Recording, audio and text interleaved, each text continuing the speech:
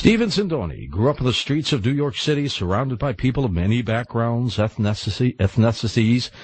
This aroused curiosity about the human condition and need to understand just what makes people choose the path they do. Such was the case when he came across the legend of J.C. Brown, the man who claimed to have discovered a lost city in Shasta Mountain with hidden treasure and the remnants of a legendary society. The body of his work includes the following. Sindoni says, I said, The Planet X Factor, Trailer Park, Temp Agency, and The Legend of J.C. Brown. Stephen Sindoni. Hey, Stephen, how are you? Good evening, George. How are you tonight? Good. I just want to pronounce it again. Ethnicities. There you go. I got it out. You've got it, yes. Mount Shasta, called the Magic Mountain. How come? Well, Native Indians claim that our true descendants, were from the Lemurian continent of Mu that sunk 15,000 years ago near the Pacific Ocean. And these ancient people went into the mountain to live in the hollows of the earth and still live there today.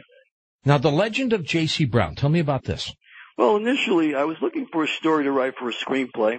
And I went on the Internet and I saw the legend of J.C. Brown. So I decided to read it. And I was fascinated by it. And being fascinated by it, I decided I was going to spend 2 weeks in a New York Public Library to research the clues that I had read in the legend. Now, for some people who might not know about Mount Shasta, it's a majestic mountain. It's part of the Cascade Mountain Range. It is in Northern California, 45 miles from the Oregon border, and it has an extinct volcano, which rises to a height of, over 14,000 feet, Stephen? Isn't that true? Mm-hmm. Okay, and it's one of the largest volcanic peaks here in the continental United States. A rare place indeed. What is the magic of this mountain?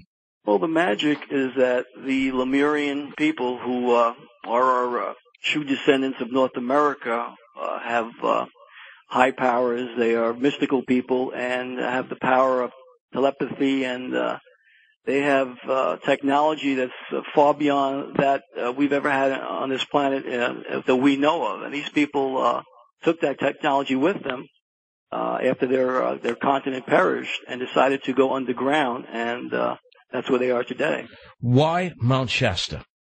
Well, they said that Mount Shasta was one of the first places that was inhabited on the earth, so it's a holy place. Okay, now are they still there? Yes. How far deep? Well, initially they were 11 miles deep, and but that was initially at the time J.C. Brown discovered one of the villages there that he had encountered. But they are probably many miles from there now, but that was where he had discovered remnants of an ancient civilization. Is it just one opening there, Stephen, or many? Well, there's one opening there, but there are many openings throughout the world that can be accessed to reach the hollows of the earth. Well, that's true. Now, in this particular case, J.C. stumbled into it. How long did he stay there? Well, what happened was J.C. Brown turns up in 1934 at the office of the editor of the Stockton Record newspaper. And he tells a story to the editor that 30 years before, while working for the Lord Cowdray Mining Company of England, he was employed as a geologist to look for gold and prospect in Mount Shasta. He claimed to them that in the second trip up there, he noticed a rock formation that didn't seem right. And on further inspection, he started to dig. And upon digging, he noticed there was a cave.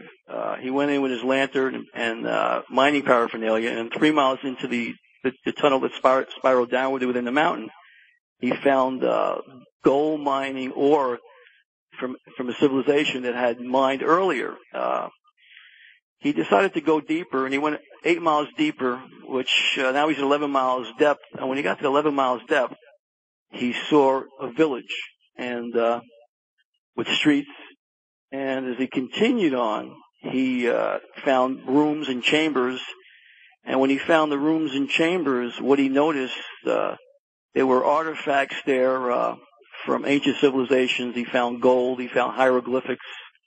He found plates that were had drawings on them, tempered steel, spears, and other objects made of gold. And he knew he was onto something. Upon further discovery, he came across other rooms that turned into chambers with places of worship. He found 13 statues that were made of copper and gold, and a sun that was designed from golden streamers with metal that we don't even today have the ability to create. He noticed while he was in his room that things were strewn about, and it looked as if people were there, but they must have left at the spur of the moment. So he realized that, this place had been occupied. He then went into another chamber, and this is where he made a rather bizarre discovery. He discovered 27 skeletons, the smallest of which was 6.5 feet, and the largest of which was 10 feet tall. Jeez, giants. Yes. Then he discovered there were 2 of the bodies were mummified, but each were clad in ornate robes, and he thought that they would be their kings and queens. So he made an unbelievable discovery while he was in this mine shaft. Now, after he made this discovery, he decided he was going to cover up the tunnel and conceal it, and that someday in the future he would return and he would mark the entrance on a map so he knew where it was, and then later he would return with enough people so that way they can catalog the items, document it, and then he would register his find. But he didn't want anyone else to stumble into it. Correct, yes. Okay. Did he ever go back? Yes, he did. In the legend, he claimed that after he met with the editor of the newspaper, the editor of the newspaper introduced him to Harry Noyes Pratt. And Harry Noyes Pratt was a director of the Hagen Museum in Stockton, California. And what time period are we talking about here, Steve? This was then 1934. Okay. So he shows up 30 years later in the office of the editor, convinces the editor that, he has an unbelievable find for the lost continent of Lemuria. The editor now gets the Hagen Museum curator involved, and they grill him, they question him, and they both are under the opinion that this man is telling the truth. So they then enlist a man by the name of John C. Root, who was a retired printer, and John C. Root becomes the organizer for the group. So then for the next 6 weeks, starting in April 34 till June 19th of that year in 1934, they were holding meetings at John C. Root's home twice a day. Now, in those meetings, J.C. Brown was telling them of the artifacts and things he had found, and he needed 80 people to go up to Mount Shasta with him on the expedition. And he told them the expedition would be done at his expense. He told them at that time he was worth $40 million, and he'd provide a boat for everybody to go up there. Now, on June 19th, before they were supposed to go, he told everyone there that if they wanted to back out, they could. Right. But he had been kidnapped in some of his trips going back up to the mountain, and he almost lost his life. And he said later in life, after he retired from the Lord Cowjay Mining Company, his family wanted to come up to the mountain with him, to find the claim. And he said once he told his family, they started to die mysteriously one by one, and then he had another accident where he was almost killed. So he was fearful for his life.